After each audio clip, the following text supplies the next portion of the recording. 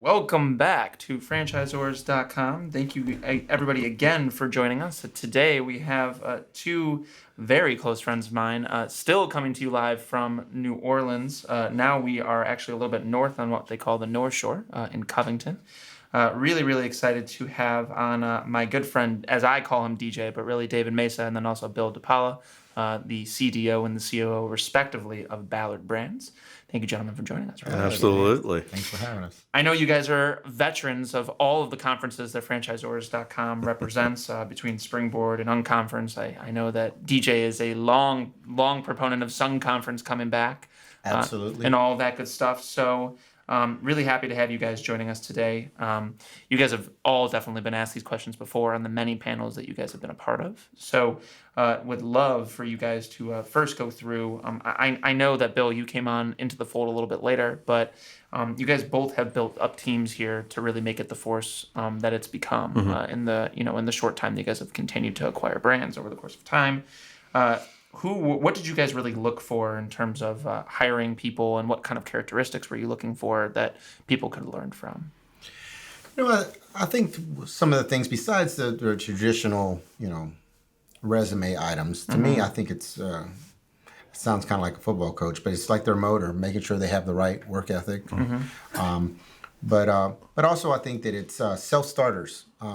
Again, the environment that we try to create here is that that you're a free thinker, that you you're going to make mistakes. We're going to make sure you don't make super big ones, but that you learn from those mistakes, and it's an environment that is that you can feel comfortable in, as long as you are looking to. It's an environment where you can be comfortable in understanding that as long as you are moving forward with the best of intentions, and you learn from your mistakes, that we're always going to support you as an employee. Absolutely. Bill? So to piggyback off of what David said about that, and incidentally, I encourage anybody to look up where the origins of the phrase piggyback came from. Interesting story.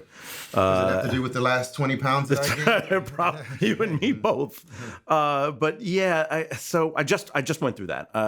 When I came on board, we took a look at the entire organization, and we were trying to figure out, okay, what do we do here? We clearly have had success. And there are clearly many things in which we want to achieve, and places we want to go. So how are we going to get there?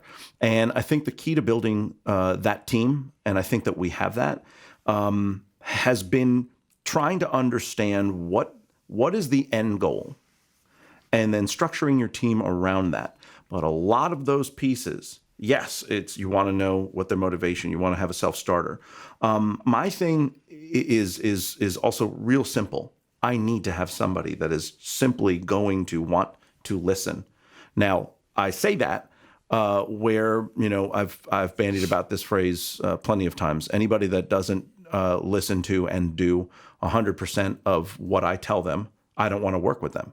And anybody that does 100% of what I tell them to do, I don't want to work with them either. And so you have to have that someone that's going to take that chance, and you have to empower them to take that chance. But at the same time, if they're not willing to listen to some of what it is that you have in order to be able to enrich them and to enrich their viewpoint and be able to develop the system, you're not going to go anywhere. Can't do issues? I can get through can't do issues all day. Won't do issues? I'm not even going to try, because there's no point in, if somebody just simply does not want to do it, taking the time to try and get them to wanna. I don't have that. Maybe someone else, but for me, if you wanna, but you just don't know how, man, I can find that. We can overcome that.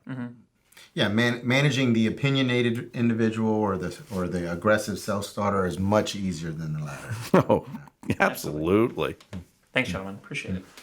So I think that one of the questions that a lot of people get tripped up on, that are listening, I think that they're always consistently trying to figure out how to really find that perfect first, couple, that first perfect franchisee. I think that that's something that a lot of people struggle with. The first 10 is always the hardest. Everybody hears this all the time. A lot of people mess up with it.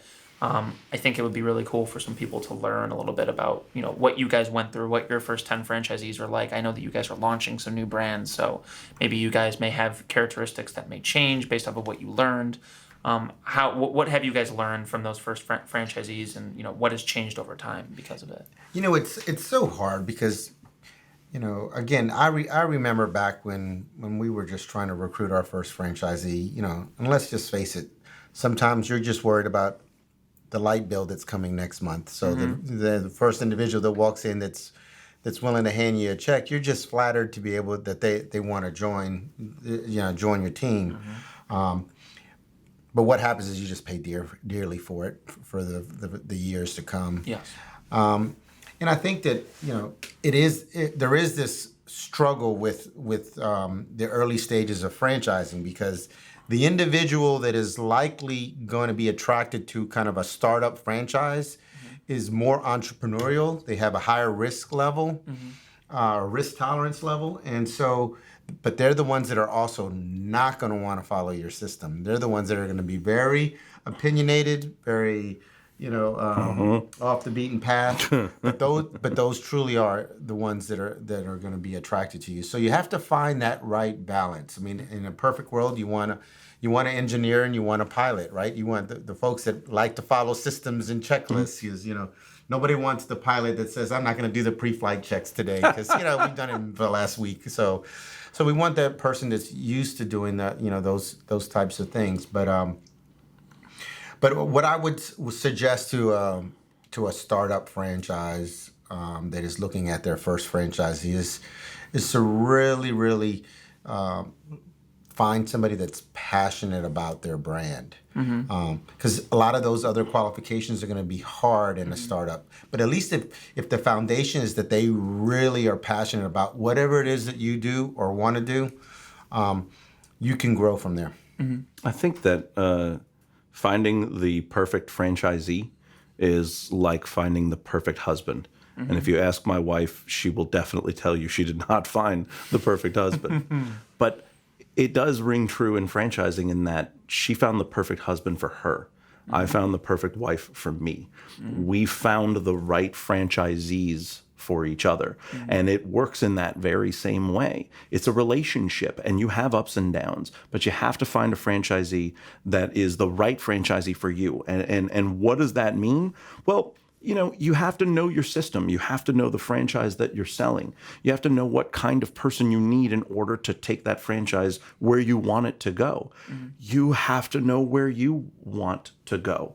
And then at the end of the day, with all the planning and all the preparation, you as a team together, if you go down the road of being franchisee and franchisor, you also have to understand that no battle plan ever withstands contact from the enemy, ever. Mike Tyson said it very succinctly. Everyone's got a plan until they get punched in the mouth, and that's the truth. Till you get that punch in the mouth, this thing's going to work perfectly. But you need franchisees, in my opinion, that are willing to take that punch in the mouth and stay with you, work with you. You stay with them, work with them, and then you get that team to the next level. Sure. The best advice I could give an early stage franchisor is that first franchisee, make sure it's somebody that you like personally, that you have a good relationship. This is somebody that because at the heart of it, you're going to go through lots of bumps and bruises as you continue to grow. But your level of your ability to communicate with each other and work through those problems together are really going to be the difference between success and failure. Oh yeah, that respect between each other. The respect between each other will not only save you from the beginning arduous times, but likely will also be the way in which you part as friends, because there are many times where there is a time to part. In initial franchisees are many times like initial employees. Some of the people that you began with had skill sets and were right for the time when you began. And maybe they are not right for the time that you get to 10 years down the road. And David is so right when he talks about that person that you just have that respect connection with, because then you find that respect way through that end time and how to go on to the next things. It happens. Absolutely. No, I totally agree. And I think that that's something that a lot of people struggle with. So I appreciate you guys going through that. Now, we're going to separate this particular part into two parts, one for you, David, and one for you, Bill. So differentiation is something that's obviously incredibly important. You guys are in a very diverse space, lots of different types of food concepts and drink concepts and all that you guys have under your umbrella. One of your concepts that you guys have been actively selling for a number of years now is obviously PJs. We've spent a lot of time here in New Orleans the past couple of days, and we've seen tons of them all over the place. And wow, we've seen a couple of them here, and we're probably going to be going over there after to go check it out as well. David, would love to kind of hear from you first about how you guys are differentiating from your competitors on the franchise development side. So what are some tools that you guys are using, or some angles that you guys are using that may be different than what all the other folks are doing out in space? I'm not sure. I don't know if I've ever really sat down and assessed in great detail all the differences that we do. But what I will say that one of our differentiators through the, not through the brand perspective, but through the recruitment process is that I really get a lot of feedback from our prospective franchisees on the process that we bring them through. It's systematic in a way.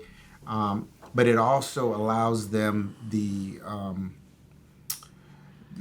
vehicle to really feel comfortable in digging deep into understanding not only what the brand's all about, but what we're about as an organization. It doesn't feel like business really as much. It feels a little bit more comfortable. And it all culminates to the very end when they come in for what we call our Join the Team Day, and they get to spend the day with us, really understanding us as a family, learning and meeting all the individuals who are going to directly support them. They walk away with a very, very strong sense of family, and also a strong level of comfort in wanting to move forward. I think there's something, though, about that you personally have driven, that compelling all of us to understand the level of importance of that. Even at sometimes when we all got so busy that, hey, we've got other things going on. Look, it's on a Friday. We've got this, we got that. And you saying, guys, no, we're going to really heavily commit. And the commitment level that you were able to garner out of all of us for that moment, it really does make that much more impactful a difference when someone comes in. You can tell. And that says a lot about, what it was that was your vision for how to welcome truly someone into the brand. I think it's certainly strong, from my perspective, and has clearly succeeded for us. Go ahead. And I was going to say, and so is that kind of the same thing? Do you guys does that hold true on the product side and the service side in your stores as well from a consumer standpoint? Do you guys try to kind of have that exact same approach that you guys have for recruitment as well in terms of differentiation? I do. I'd like to think so. I know that we're not perfect at it, but I do know that that is what we train. And there's some subtle, distinguishable differences that we do.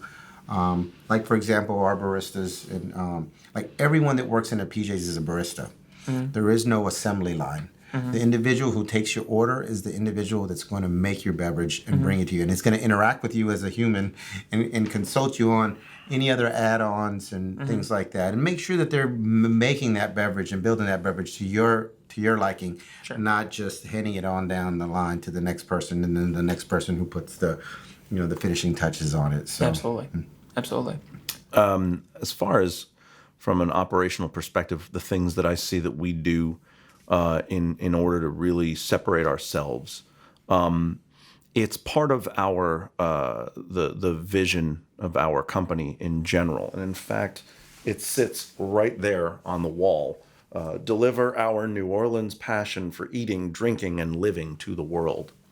We didn't say deliver our passion for Ballard brands and eating and drinking. It is our New Orleans passion. And really, as we've all come to kind of understand, that is our understanding of South Louisiana. The New Orleans, the South Louisiana style, the way in which we do what we do, it is personal. And we do take it to heart. We want it to be wherever you cross the threshold of a Ballard Brands business, be it a PJ's, be it a WOW, be it a Buena Onda, no matter what it is that we do, we want you to cross the threshold and immediately get that feeling that very succinct feeling of the difference between being treated like anywhere else and how you get treated in South Louisiana. That's our value proposition. It is different. It's more personal. You can get into a 10-minute conversation with a stranger at the grocery store in New Orleans. We've done it multiple times. Our Uber, Lyft, absolutely anything. I feel like I'm back in the Midwest again. It's kind of like the same feeling. It's great. It is a thing. We're very proud of what it is that we have and the way in which that we have to share it. This place is marked on the map.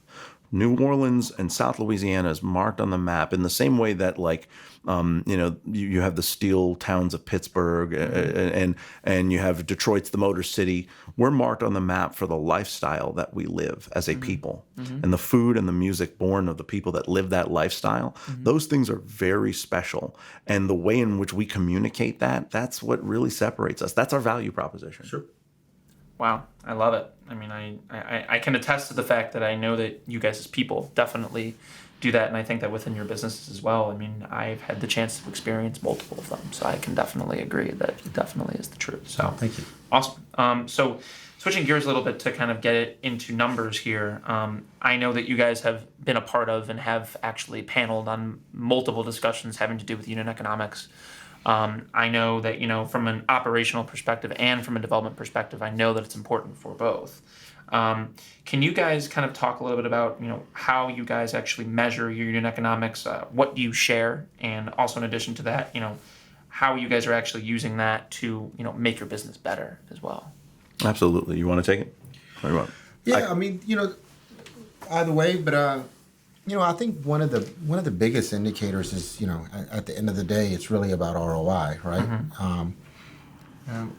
We want to ensure that we are offering our franchisees at least a 4-year ROI. If we're not doing that, then there's things that we need to fix. But in the end, if you look at what we're measuring, we're really measuring, frequency, spend, and occasion.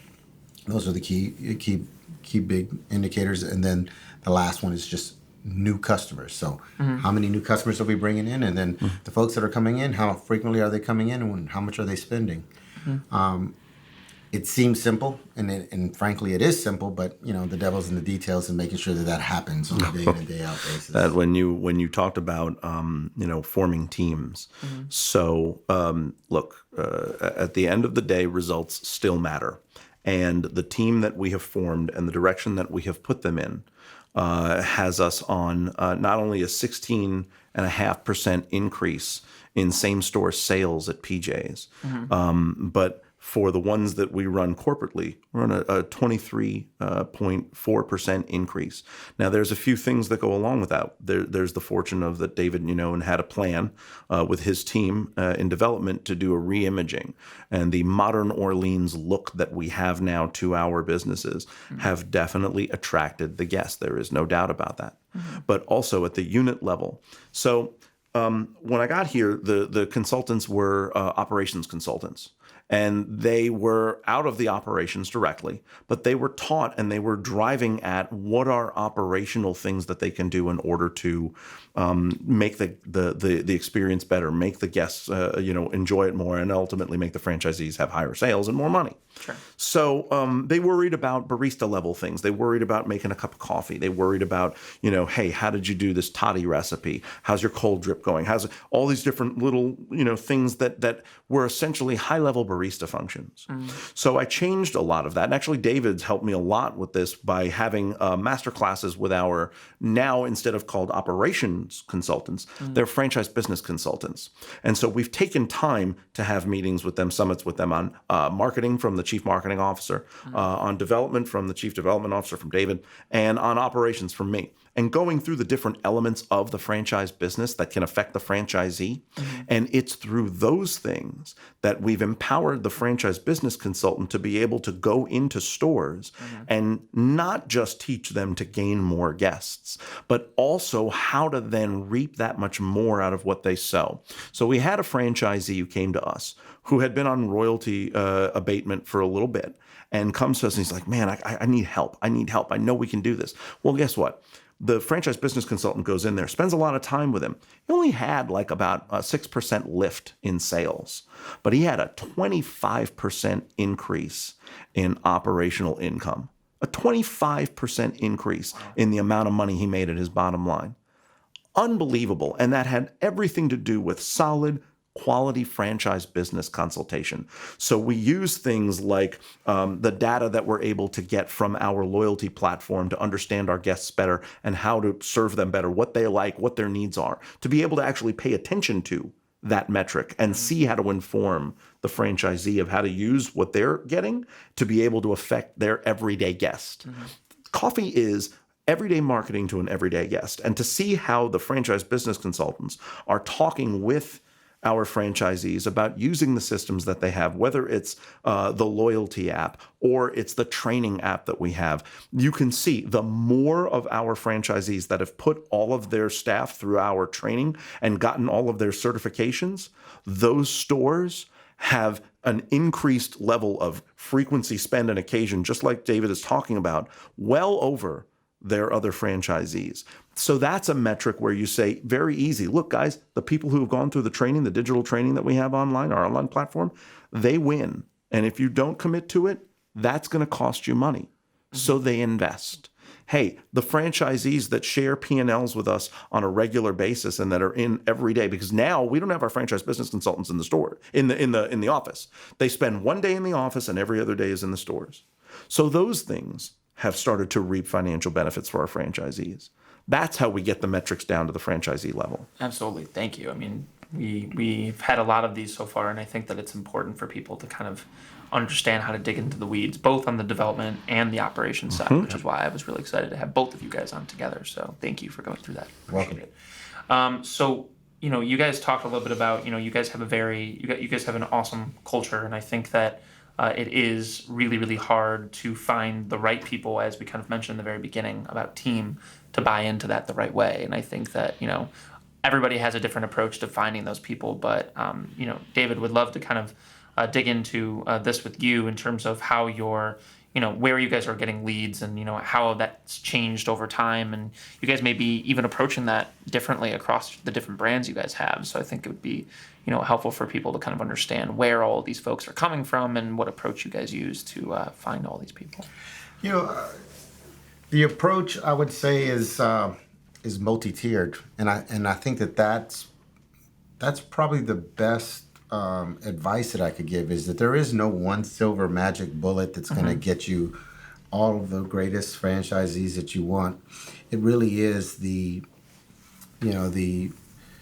multi-layered approach of numerous different marketing tactics, and it starts with everything from a little bit of portals to Google AdWords. We do a lot of work with Scorpion, and so they've done a great job in promoting us from an online presence, all the way down to PR. So as you know, Fishman has done a phenomenal job with us. They've helped us since I've come on board and really made a tremendous impact in the presence that we've had out in the not only in the local store marketing, but really just an overall outreach, and a lot of the digital magazines and so forth have really put a little spotlight on us, and that's really helped us. And there's something to be said. It's harder to measure, but the results are there. So I think that is an approach for that. But really, regardless of the lead generation that's happening, to me, it's really more about the methodology that you use in screening, qualifying, and awarding those prospective franchisees.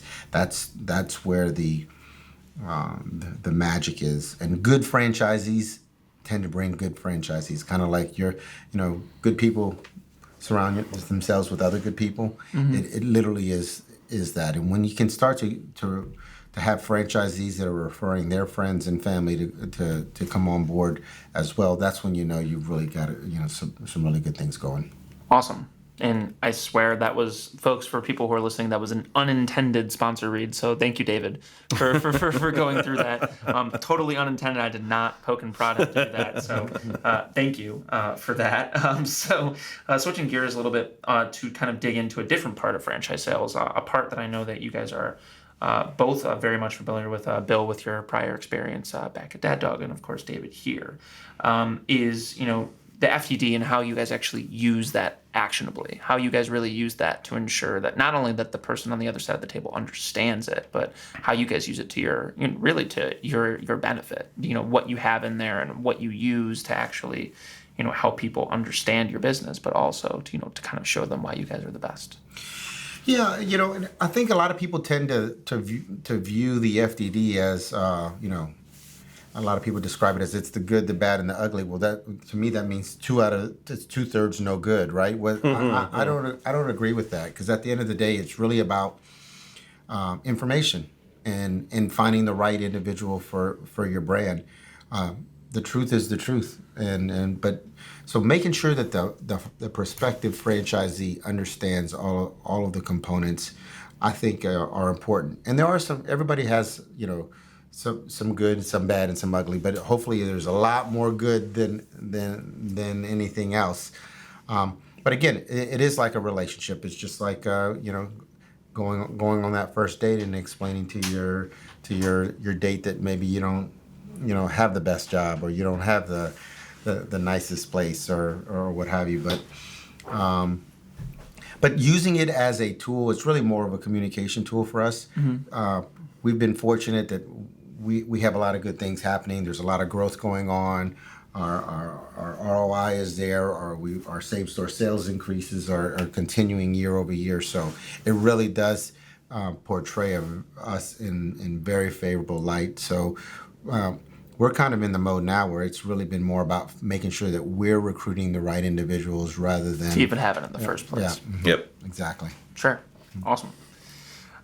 Something that I would really love for Bill to go into, because there's really these are really twofold for you, Bill. I think that the franchisor franchisee relationship is something that I know that you've given a lot of talks about in the very short but awesome time that I have known you in the past 3 years. When I first met you in 2016 at the Emerging Franchisors Conference here in New Orleans. Who was this guy that was wearing a Hawaiian shirt that stood up in the middle of the room talking to, Susan Beth, who is a franchise child just like me, who has been in this space for basically as long as we can remember. And you just stood up and started talking, and people still listened. And I think that this is exactly the topic that you were talking about, was franchisee relationships. Yeah. I would love for you to share some golden nuggets that you have for people about, what you think that could really help them to make that relationship stronger. So the one thing that I've especially worked very hard on here, and hard to not only understand but develop here, is that the franchisor-franchisee relationship, it is crucial that trust is there on both sides. Sure. And how do you develop that trust? So one of the things about the brand that you represent, whatever it may be, is that it is never, it isn't just like, this isn't just PJs. It's not, it isn't just here. This PJs is made up of not only the franchisees that we have, but it's also our vendor relationships that we share. It's also the employees that we share it with, be they corporate or franchisee employees. And the way in which we choose to form that relationship and then express it in communities. All of those relationships matter, and that's how you truly develop trust between a franchisor and a franchisee, because you develop the trust that the product will be there. You develop the trust that the product is at the right price, and that you're always fighting for their best interest in price and cost of goods, that you're fighting very hard to make sure that they get the best equipment possible, with the best warranty possible, with the best level of support possible, with the best technology you can possibly bring. And when I say possible, you may not be able to buy the Cadillac. Your franchise you may as a franchisor may just not be able to afford the Cadillac system yet. But that's not what matters more than the honesty that matters more. That's what really makes a difference. Hey, look, I get it. We don't have, an online training system if that's you as a beginning franchisor. But I'm going to make sure I'm accountable to getting you what you need, because the people that I'm going to hire are going to be really well trained. We're going to have organized manuals. I don't care if you have to write it out on a stone tablet. If you write out the right thing and it's doing it right and it's making them able to repeat it, you gain trust. Okay. So it's all of those elements that create the trust between the franchisor and franchisee, because we're supposed to be, as I said in the earlier conversation, the strength to their weakness. And if we have the authority by knowing that we've got the right partners, knowing that we've got the right employees, and knowing that we've given them the right training and the right tools, they're inevitably going to trust you. You shut down that conversation, they won't. And it's an earned trust. And one of the things that I find incredibly important, maybe this is some advice for some folks, is literally the conversation. I sit down with every prospective franchisee before they come on board and explain to them the life cycle that they're going to go through as a franchisee. Year one, you're going to be a sponge. You're going to love everything. Year two, you're going to start offering up some suggestions on how you think some of these things could get improved. And by year three, you're saying, why am I even paying you guys royalties? Because I know everything that I need to know about my business. And they tend to lose sight of that. And then at some point, inevitably, if they stick through it and they have a strong relationship with their franchisor, they'll start to come around. They'll start to realize, hey, there's some advantages here. They'll start to become more of a true partner to the brand and to the franchisor. And then once they kind of get to that final stage where they really are a cohesive unit, that's usually typically your ultra successful franchisees.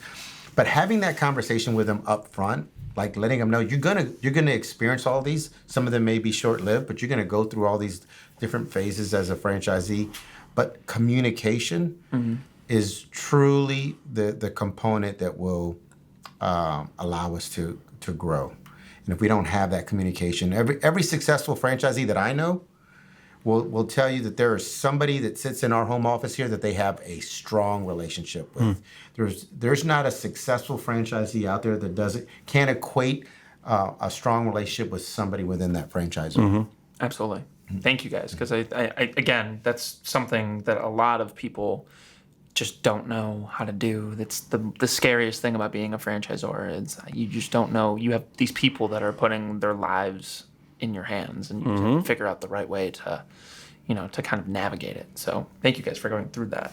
Another aspect that I think is really awesome that I think that between both of you guys will have an awesome answer to this is, you guys do have a really awesome culture. And I think that comes from the people that work here as well. I think that something that we've really found in doing our little tour here in New Orleans is that everybody has a culture that's so ingrained in family. And I think that as you kind of spoke about earlier, Bill, that is ingrained in the city as well. And that's kind of the way that the city is. But I think that one thing that people may not necessarily know how to do is to have that exercise when you're first starting out.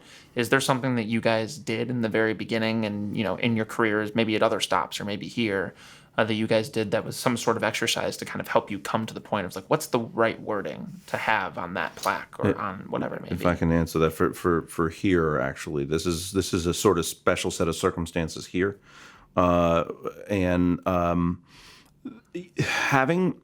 Having that solid core that you bring in of talented individuals is important, but it's also really important to be able to coalesce around certain key people.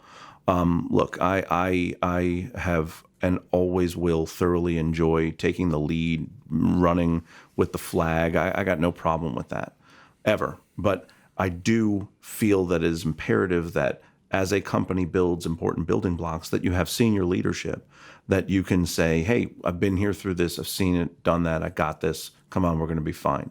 David Mesa adds so well to that mix here in particular. I mean that sincerely. Having a someone like a David is a rock that you can say, okay, hey David, what do we do? And he's been here and he's like, I got this. I know what we do here.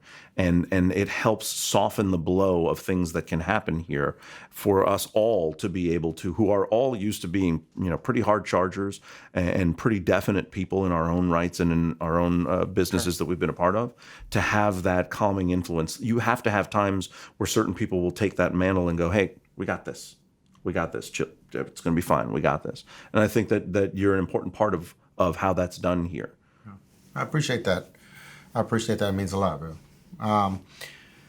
If you're trying to surmise that maybe in some plaque wording, I would say it's strive for excellence through serving others. And I think especially at the top tier leadership, there needs to be humility. Yes, we're going to hold our teams accountable, and we all have goals and budgets and everything else that we need to accomplish. But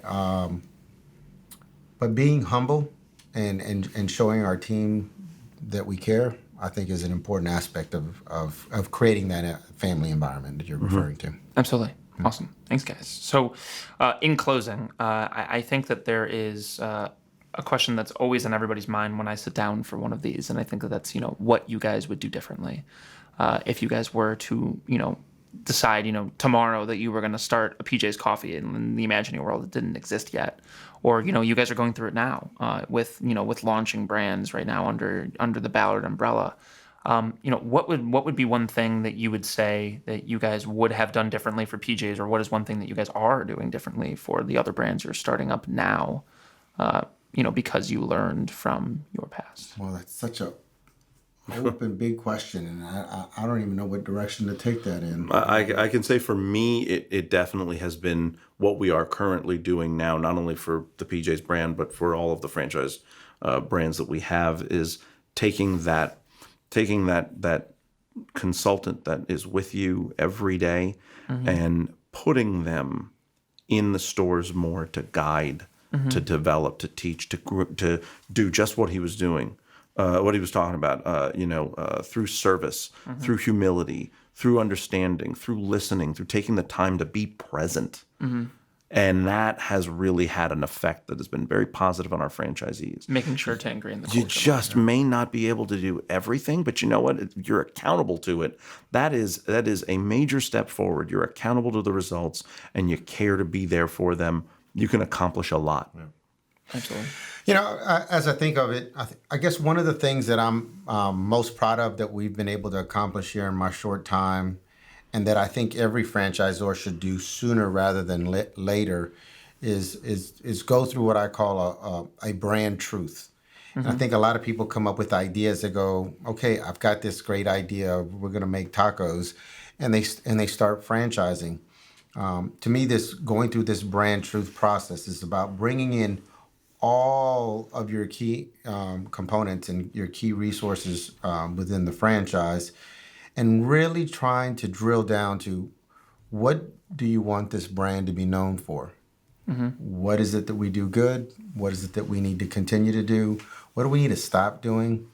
And really get down to the fundamental truth again of that brand. And once you have that, then it kind of sets a direction for everything else that you want to do with that concept. And it we've sat around the table on many times before, and we've gone through this with PJ's and Wow, and we're in the process of doing that for some of our other brands. And when it's time to make some difficult decisions on the direction that the brand's going, we always go back to our brand truth. Well, is this really what's most important to us? And if the answer is yes, then we go that direction. And if it isn't, then we sit down and decide what we're going to do at that point. So I would say that that's probably something that I would that I recommend everyone do as soon as possible, to really make sure you're defining what it is that your brand truth is and what you want to be known for. Awesome, guys. Well, great advice on absolutely everything. And I really appreciate the time, and really happy that you guys had a chance to have us in the office over here on the North Shore. Yeah, absolutely. And I really do. I am going to do a little plug, because I really do think that this is important. I'd like to thank Franchisors.com. I think it's important that, there's not enough communication going on within the franchise community. So you guys have always done a great job of creating that conduit for franchisors to communicate with other franchisors. And that really is what's going to make ultimately elevate the franchising industry as a whole. So thank you guys for doing that. Absolutely. The more information that gets passed around, the better a franchise community we create. And nobody wants, absolutely nobody wants the one that's going to drag a whole section of us down. We can't afford it. It is too fragile. We need to be that good in order to be able to elevate us that far, because there's so many forces in Washington and others that want to infringe upon the model. And without our strength and that communication level together, it is in jeopardy. And that's how we defeat it, through great communication. Well, thank you, gentlemen. We really appreciate the kind words, and we're just trying to do our best one day at a time. We are just on day 7 of 45, so we got a long way to go. And obviously, this was going to be a highlight for me, because I obviously always love hanging out with you guys, and I really appreciate it. And please, folks, feel free to take a look at more of the videos that we have on Franchisors.com. Not many will top this one, but we really appreciate you guys hopping on with us, and looking forward to go checking out WOW and tasting all those beers. That's right. Perfect. Thanks, guys. Have a good one. Cheers.